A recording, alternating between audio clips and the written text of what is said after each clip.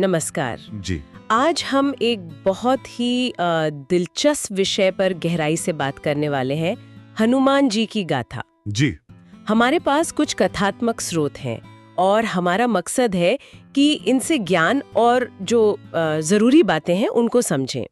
ये स्रोत अविनाशी भक्त हनुमान जी की गाथा के भाग 1 से 5 पर आधारित हैं। बिल्कुल। और हमारा मिशन ये रहेगा कि हम हनुमान जी के जीवन की जो मुख्य घटनाएं हैं, उनका जन्म, बचपन की लीलाएं, फिर राम भक्ति कैसे शुरू हुई, समुद्र कैसे लांघा, लंका दहन, राम सेतु, मतलब इन सब घटनाओं को और उनके चरित्र को समझें, जैसा इन स्रोतों में बताया गया है। हनुमान जी का चरित्र है ही इतना अनोखा, मतलब दिव्यता भी है, जबरदस्त शक्ति भी, और साथ में अटूट भक्ति और इतनी विनम्रता, कमाल का संगम है। सही कहा। उनकी कहानी सिर्फ ताकत की कहानी नहीं है ना? उसमें सेवा और समर्पण का भाव बहुत गहरा है।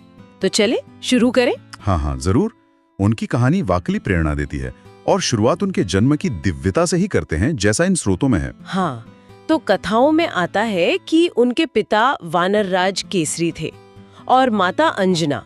और अंजना जी के बारे में ये भी है कि वो पहले अप्सरा थी, फिर किसी श्राप की वजह से उन्हें वानरी रूप मिला जी। और उन्होंने संतान के लिए शिव जी की तपस्या की थी। हाँ, और यहीं पर मतलब उनके जन्म का वो डिवाइन पहलू सामने आता है।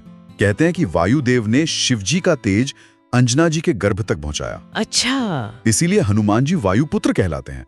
और सिर्फ इतना ही नहीं, उन्हें शिव जी का 11वां रुद्रावतार भी माना जाता है, मतलब शिव का ही एक अंश। ओह, यानी उनका जन्म किसी खास मकसद से हुआ था। बिल्कुल।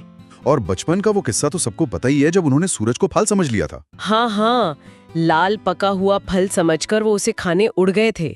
कहते हैं पूरी दुनिया में अंधेरा छा गया था। जी। और तब इंद्रदेव ने अपना वज्र चलाया।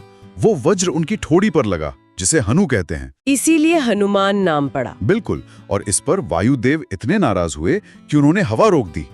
पूरी सृष्टि में हाहाकार मच गया। फिर देवताओं ने मनाया उन्हें, है ना? हाँ। और हनुमान जी को वरदान दिए। हाँ, बहुत सारे वरदान मिले। जैसे ब्रह्मा जी ने कहा कि कोई अस्त्र उन्हें मार नहीं सकेगा, अभेद्य। हाँ। शिव जी ने अपनी शक्ति का अंश दिया। विष्णु जी ने भक्ति का वरदान दिया। वरुण देव ने कहा जल में नहीं डूबोगे। यमराज ने अमरता का वरदान दिया। बाप रे, मतलब वो देवताओं के एक तरह से प्रोटेक्टेड चाइल्ड बन गए। जी बिल्कुल। ये दिखाता है कि उनका जन्म किसी बहुत बड़े काम के लिए हुआ